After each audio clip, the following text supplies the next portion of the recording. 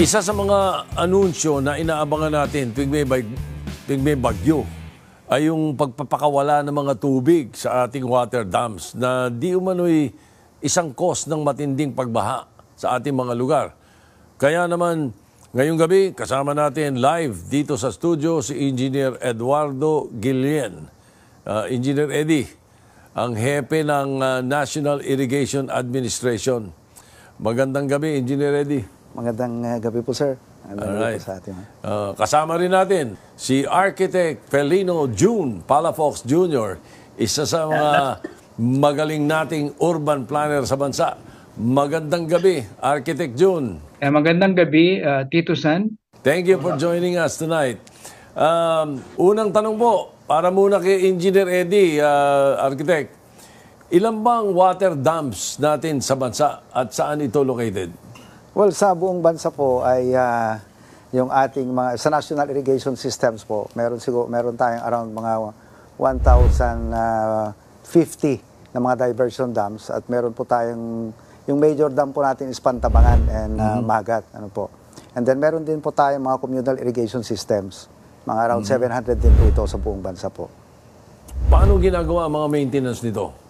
Meron po kaming mga protocols po, mga standard protocols po sa ating mga field offices na ginagawa sa mga maintenance po natin, mga preventive maintenance po. Yung pong tinasabing pagpapakawala ng mga tubig sa mga dams, kailan po ito nangyayari? Kailan po ito ginagawa? At totoo bang malaking factor ito sa pagbaha sa mga nasasakop nating lalawigan? Doon po sa ating mga reservoir dams, sir, pagka may parating pong masamang panahon at nakikita natin na mapupuno na po yung dam natin, nagsasagawa po tayo ng mga preemptive po na pagpapakawala, yung controlled po na pagpapakawala ng mga tubig para pag nandyan na ho yung ulan ay meron pa rin capability yung ating dam na mag-store ng tubig. At ayon po sa mga pag-aaral ng manakaraang pagbaha po ay ang malakas na nakakapagpabaha sa atin ay yung mga ibang tributaries below po ng ating mga dams. Malaki nga po ang naitutulong ng ating mga dams po sa pagkontrol ng baha. Doon po sa kaso ng Bulacan at saka ng Pampanga, anong dam ang makaka-apekto rito kapag nagpapakawala ng tubig? Ang reservoir dams po natin dyan, sir, is itong Angat. Ano po? Pero hindi ho nagpakawala ang Angat ng tubig. Ang wala lamang po ay yung Ipo Dam natin. Itong huling mga nakaraan ito. Pero ang pinakawalan lang po ng Ipo Dam, sir, is 100 cubic meters per second. At ang dumaan po sa sa Bustos Dam natin, dahil Bustos Dam ang nasa baba ng dalawang dam, ay 700 cubic meters per second. Meaning, meron pong 600 cubic meters per second na nanggaling sa tributary river. Ito po yung Bayabas at saka yung Matiktik River. Kung nagpapakawala po ng mga tubig ang mga dams natin, anong magandang gawin para hindi ito masyadong mag-cause ng baha sa mga karatig nitong lugar, Architect? Yeah, location-wise, they may have been the right location at the right place at the right time many years ago. They might still be in the right location, but we need more of them. Maybe a series of smaller dams integrated. And I think I was told by experts they might have to use more modern equipment for rainfall gauge, because I was told, not from me but from the experts, baka rini-release yung water when it's not yet time to release the water. Because siguro concern ng mga nagmamanage ng dams natin, baka yung structure ng dam mag-collapse and so on. Then isa rin sinabi sa akin ng mga experts, it's really baka naman kailangan structural audit na yung walls ng dams, baka kailangan i-dredge, baka puro silted na, so bumaba na yung volume ng dams. But basically, dams should not be treated in isolation. It's really water resources management. Kaya pati pag nagpaplano kami sa Palafox, from ridge to reef, from the top of the mountain, the highlands, the midlands, the lowlands, and the coastline, comprehensive dapat. Hindi in isolation. Okay, Engineer Eddie, ano pong reaksyon nyo sa binabanggit ni Architect June? Well, tama po naman, sir. So, ang sagot po talaga dyan, sir, ay yung Integrated Water Resource Management na tinatawag. So, imbis ho na itapon natin yung tubig, sayang ho resource po yung tubig. Oo nga. Di ipunin na ho natin kasi actually po, katulad ng Sania, pag meron kaming high dam, ang totoo po niyan, yung high dam namin, hindi lamang po ito nagagamit sa patubig at saka sa hydropower. Ito po ay napakagandang flood control po ito Kasi namamanage mo yung tubig. So, tama po yung plano ng ating Pangulo na magtayo ng Department of Water at saka yung Integrated Water Resource Management nga po. Para imbes na itapon natin yung tubig, ay pakinabangan na po natin. Yung water irrigation natin, naapektuhan ba ito pag binabaha tayo?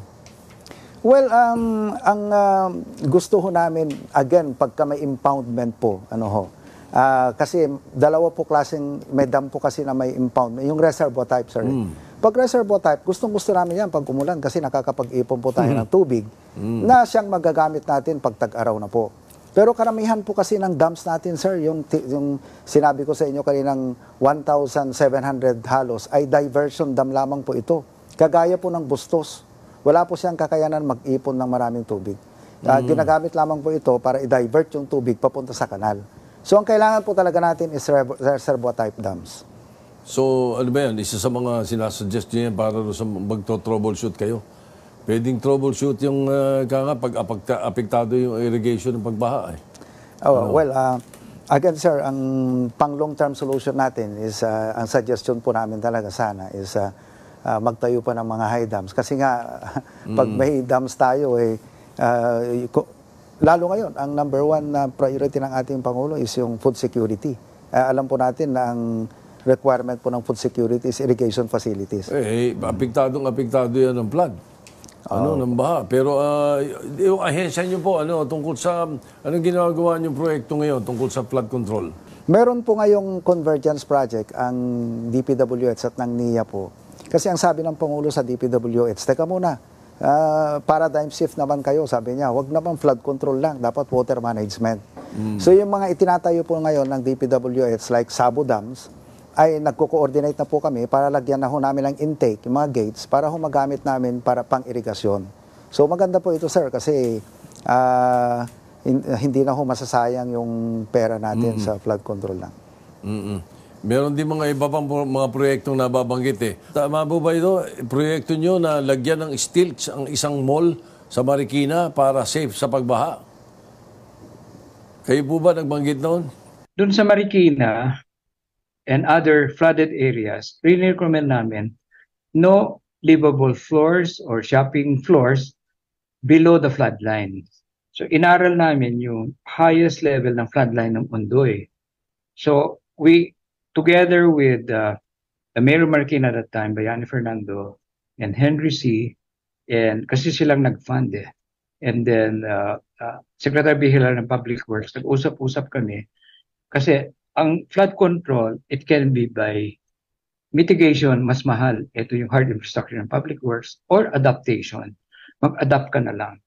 Kasi sabi nga namin noon sa flooded areas Marikina around Laguna Lake, either relocate or elevate. Kung pwede lang elevate, the whole city is liable to flooding. Even addressing climate change, the sea level rise, and the land subsidence. Both mitigation, adaptation. Mas mura yung adaptation.